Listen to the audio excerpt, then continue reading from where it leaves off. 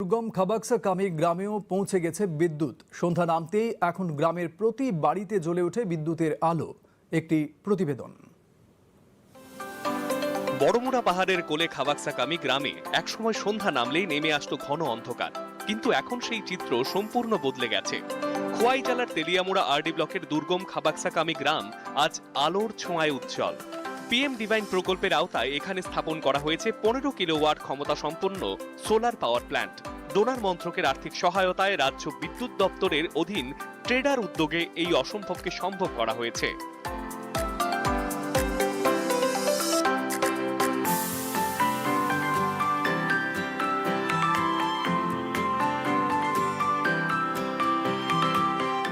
আগরতলা ধর্মনগর সড়কের তেলিয়ামুড়া পুলিশ নাকা পয়েন্টের আগে ঠিক বাদিক ধরে কয়েক কিলোমিটার পাকা রাস্তা, তারপর পায়ে হাঁটা পাহাড়ি পথ পেরিয়ে পৌঁছাতে হয় এই ছবির মতো সুন্দর গ্রামে। এখানে লেবু চাষ আর জুম চাষই মানুষের প্রধান জীবিকা।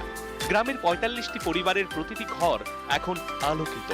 শুধু ঘরেই নয়, গোটা গ্রাম জুড়ে বসানো হয়েছে সোলার স্ট্রিট লাইট। ফলে সূর্য ডুবলেও এখন আর অন্ধকারে ঠেকে যায় না এই পাহাড়ি জনপদ। আমি তো বহুত খুশি হয়ে গেছে গা। কেমনে খুশি হয়ে গেছে গা, বাচ্চা লুটা লেখাপড়া পড়াচ্ছ, আর পরে সব টিভি দেবার দিয়ে মোবাইল চার্জ দিও নে বহুত বহুত আমি ধন্যবাদ দিয়া দিছি মোদিজিকে।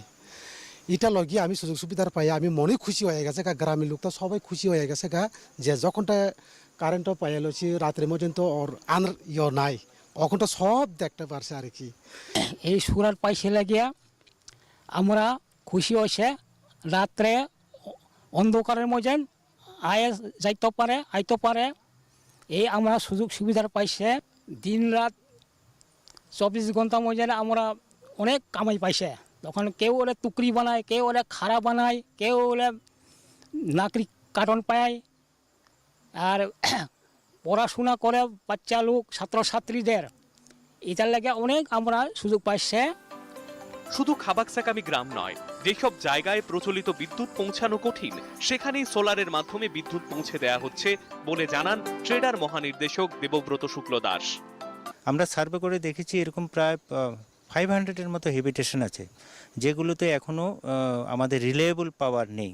প্রাথমিকভাবে 274টা এরকম হেবিটেশনের জন্য একটা প্রজেক্ট বানাই এবং সেটা আমরা ডোনারের কাছে পাঠাই, এবং ডোনারের কাছে আমরা পাঠানোর পর ওরা আমাদের পিএম ডিভাইন যে একটা স্কিম আছে ওটাতে আমাদের অনুমোদন দিয়েছে। এই মাইক্রোগ্রিডগুলো বসানোর পর রিয়েল অর্থে আমরা যেটা দেখেছি যে ওই পাড়াগুলো এখন বাচ্চারা শিক্ষা, রাত্রিবেলা পড়াশোনা করতে পারছে।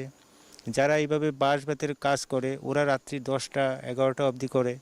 তাছাড়া আরেকটা জিনিস আমরা পরিলক্ষিত করেছি, এই মাইক্রোগ্রিড দেওয়ার ফলে ওই গ্রামে একটা ছোট ছোট দোকানপাটও হয়েছে। এই মাইক্রোগ্রিডের ফলে এটা শুধু যে আমরা আলো দিলাম তা নয়, ওদের আর্থিক, সামাজিক এবং শিক্ষাগত দিক দিয়ে ওরা উন্নত হচ্ছে।